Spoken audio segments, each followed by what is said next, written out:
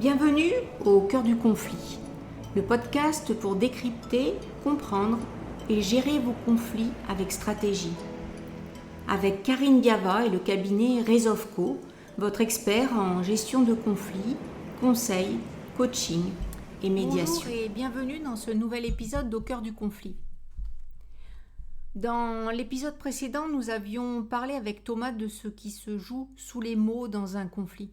Des 2 niveaux ou 3 niveaux de la communication, de la métacommunication comme outil pour nommer ce qui est invisible. Si vous ne l'avez pas encore écouté, je vous encourage à commencer par là.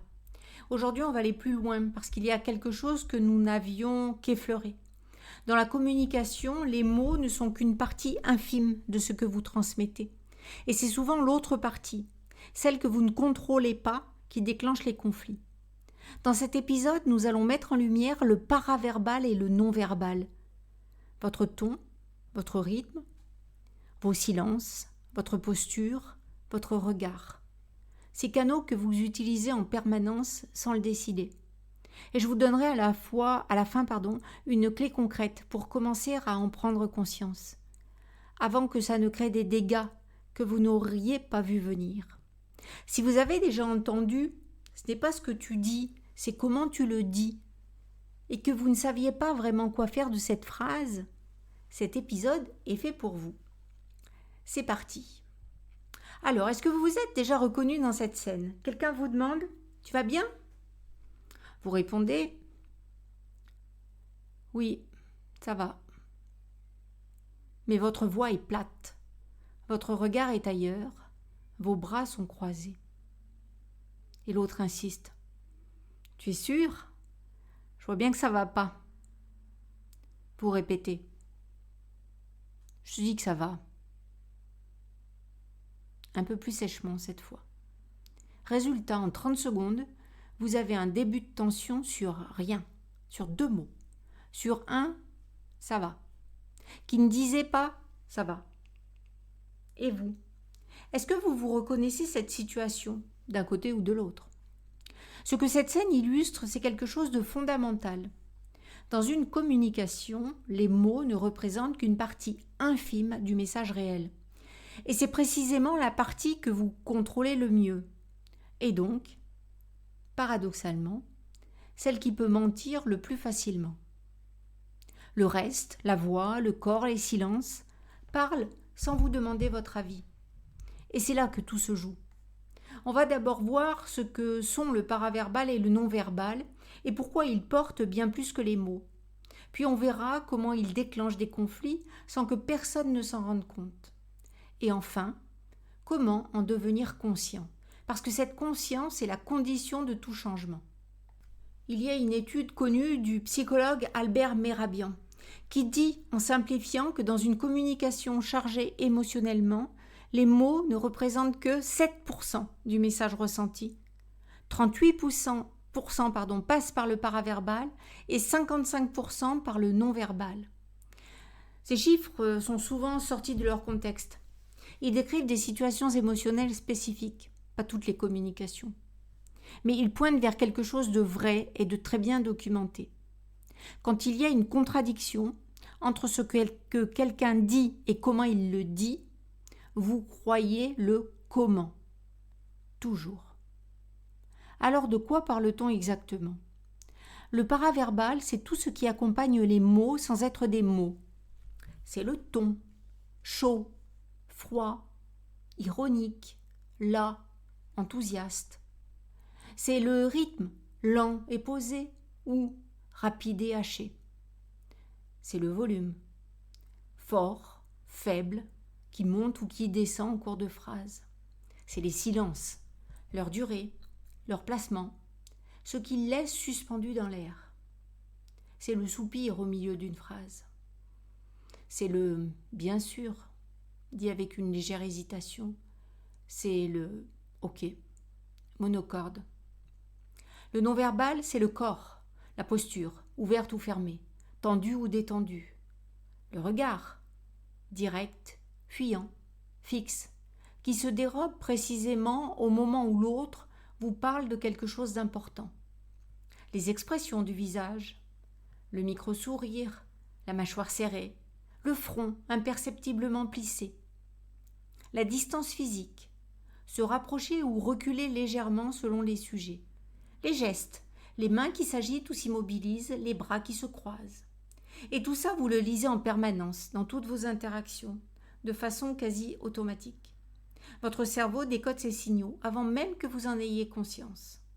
C'est un système qui s'est développé sur des milliers d'années, bien avant le langage. Et il est extrêmement fiable. Alors, voici le problème central. La plupart des gens font attention à leurs mots dans les situations tendues. Ils choisissent, ils pèsent, ils reformulent. Ils sont convaincus d'avoir dit quelque chose de neutre, voire de bienveillant.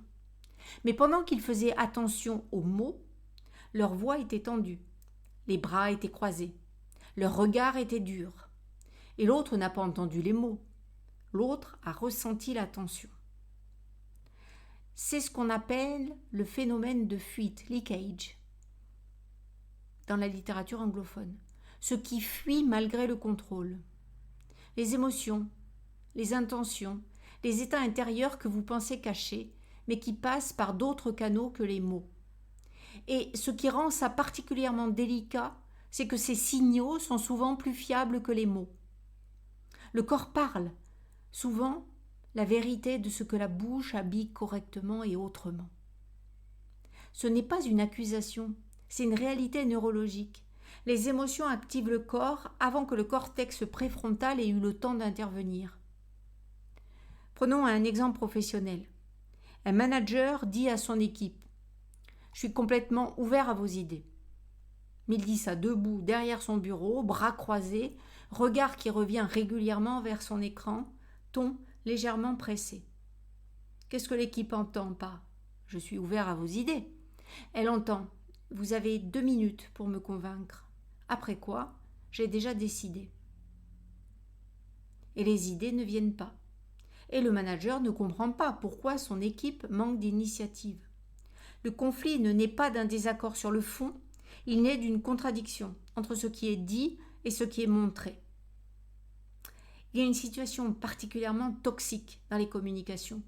C'est ce qu'on appelle la double contrainte, ou double bind, un concept développé par le psychiatre Gregory Bateson dans les années 1950 à l'école de Palo Alto. C'est quand vous recevez simultanément 2 messages qui se contredisent et que vous ne pouvez répondre aux 2 à la fois. Un exemple simple. Quelqu'un dit avec une voix glaciale « Non, non, dis-moi ce que tu penses, je t'écoute. » Si vous parlez franchement, vous allez contre le signal non-verbal qui dit danger. Si vous vous taisez, vous ignorez l'invitation verbale. Vous ne pouvez pas trouver la bonne réponse. Et cette sensation de ne jamais pouvoir gagner est extrêmement épuisante sur le long terme. Dans le monde professionnel, le double bind est particulièrement courant sous la forme du « je veux que vous preniez des initiatives », combiné à un recadrage systématique de chaque initiative prise. La règle verbale dit « soyez autonome », la règle non verbale dit « mais pas vraiment ». Et la personne qui reçoit ces 2 messages simultanément finit par se taire et par se désengager. Ce n'est pas de la manipulation délibérée dans la majorité des cas. C'est souvent une incompatibilité entre ce qu'on veut montrer et ce qu'on ressent vraiment. Et c'est là que le travail de conscience devient essentiel. Alors, quels signaux envoyez-vous sans le savoir ? Voici la question qui dérange un peu. La plupart des gens pensent à ce que l'autre fait. Mais la vraie question, celle qui ouvre quelque chose, c'est quels signaux est-ce que vous envoyez sans en avoir conscience ? Parce que si votre non-verbal contredit régulièrement votre verbal, vous créez de la confusion autour de vous. Pas intentionnellement, mais de façon répétée. Et les gens qui interagissent avec vous vont ressentir quelque chose d'inconfortable sans pouvoir le nommer. Ils vont juste trouver les conversations avec vous épuisantes ou se sentir sur leur garde, sans savoir pourquoi. Ce qu'on peut faire, en revanche, c'est développer une conscience de certains signaux récurrents. Avez-vous tendance à prendre un ton légèrement ironique sans vous en rendre compte? Avez-vous l'habitude de soupirer en début de phrase? Regardez-vous ailleurs quand quelqu'un vous parle de quelque chose qui vous ennuie? Votre voix devient-elle plus froide et plus plate quand vous êtes en désaccord, même si vos mots restent polis? Ces micro-signaux sont des déclencheurs de conflits aussi sûrs que les mots les plus directs, et souvent plus difficiles à traiter, parce que leur auteur peut sincèrement les nier. Dans l'épisode précédent, nous avions parlé des 4 gestes de la métacommunication. Et la métacommunication est particulièrement puissante appliquée au paraverbal et au non-verbal. Parce que ce sont précisément ces canaux qui restent non dits, non nommés, et qui s'accumulent. Je remarque que tu réponds, mais que ton ton est très différent d'habitude. Est-ce que quelque chose ne va pas? C'est nommer le non-verbal pour ouvrir une conversation sur ce qui se passe vraiment. C'est le deuxième geste, vérifier l'impact, appliqué à ce qu'on perçoit plutôt qu'à ce qu'on dit. Je pense que mon ton était beaucoup trop sec tout à l'heure. Je voulais te dire que ce n'était pas dirigé contre toi. C'est aussi assumer son paraverbal et réparer l'impact avant qu'il ne s'installe. C'est le premier geste. Nommer son intention, utilisé après coup comme réparation. Ces gestes-là, nommer ce qu'on perçoit, nommer ce qu'on a envoyé, sont parmi les plus puissants pour prévenir les conflits qui ne devraient jamais avoir lieu. Alors un cas concret, c'est un exemple tiré de la pratique, avec des détails bien sûr modifiés. Une directrice des ressources humaines me consulte pour un conflit avec une responsable d'équipe. La DRH est convaincue d'avoir toujours été bienveillante, d'avoir donné du feedback constructif, de n'avoir jamais dit quelque chose d'irrespectueux. Quand j'ai rencontré la responsable d'équipe, elle m'a dit quelque chose de très précis. Ce n'est jamais ce qu'elle dit, c'est comment elle me regarde quand elle dit que mon travail est bien, comme si elle attendait que j'arrête de lui faire perdre son temps. La DRH était sincèrement convaincue de sa bienveillance. Elle avait travaillé ses mots. Mais quelque chose dans son regard, peut-être une impatience non consciente, peut-être une fatigue, renvoyait un message que ces mots ne disaient pas. Quand nous avons pu mettre ça sur la table, dans un cadre sécurisé, quelque chose s'est dénoué. Pas parce que quelqu'un avait tort, mais parce qu'on avait enfin pu parler du bon niveau. Alors en synthèse, 1. Dans toute communication, les mots ne transportent qu'une fraction du message réel. Le paraverbal et le non-verbal portent la charge relationnelle bien plus lourde. 2. Quand il y a contradiction entre ce qu'on dit et comment on le dit, l'interlocuteur croit le comment. Toujours.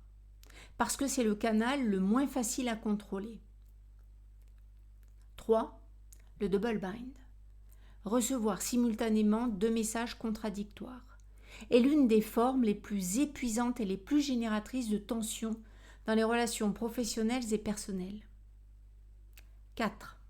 La métacommunication appliquée à ces canaux, nommer ce qu'on perçoit ou ce qu'on a émis, est l'un des gestes les plus efficaces pour prévenir les tensions avant qu'elles ne s'installent. Alors, cette semaine, je vous propose une observation en 2 temps. Premier temps, pensez à une interaction récente qui a créé une légère tension et demandez-vous, est-ce que le conflit portait vraiment sur ce qui a été dit? Ou avait-il quelque chose dans le ton, le regard, la posture qui pouvait déclencher la réaction? Deuxième temps, avant une conversation importante dans les prochains jours, posez-vous cette question. Quel état intérieur vais-je apporter dans cet échange? Pas ce que vous allez dire, mais l'état depuis lequel vous allez le dire, parce que cet état-là parlera avant vos premiers mots. Observez ce qui change dans la qualité de l'échange. Si vous sentez que ces dynamiques paraverbales et non verbales pèsent sur des relations importantes dans votre vie, professionnelle ou personnelle, et que vous n'arrivez pas à y voir clair seul, n'hésitez pas à nous contacter chez Resolveco. Pour plus d'informations, consultez www.resovco.fr. Si vous avez des questions, des situations dont vous aimeriez qu'on parle, dans un prochain épisode, écrivez-nous. Vos questions nourrissent notre réflexion.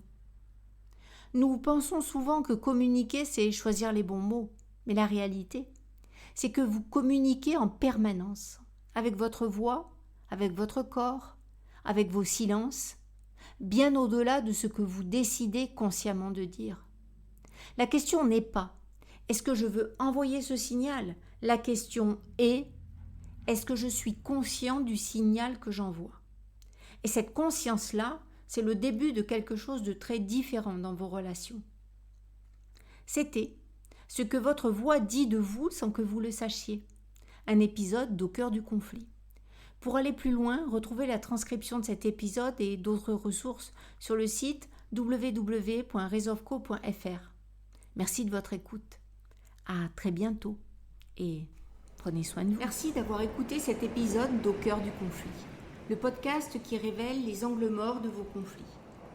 Pour aller plus loin et débloquer vos situations complexes, retrouvez tous nos accompagnements sur www.resovco.fr.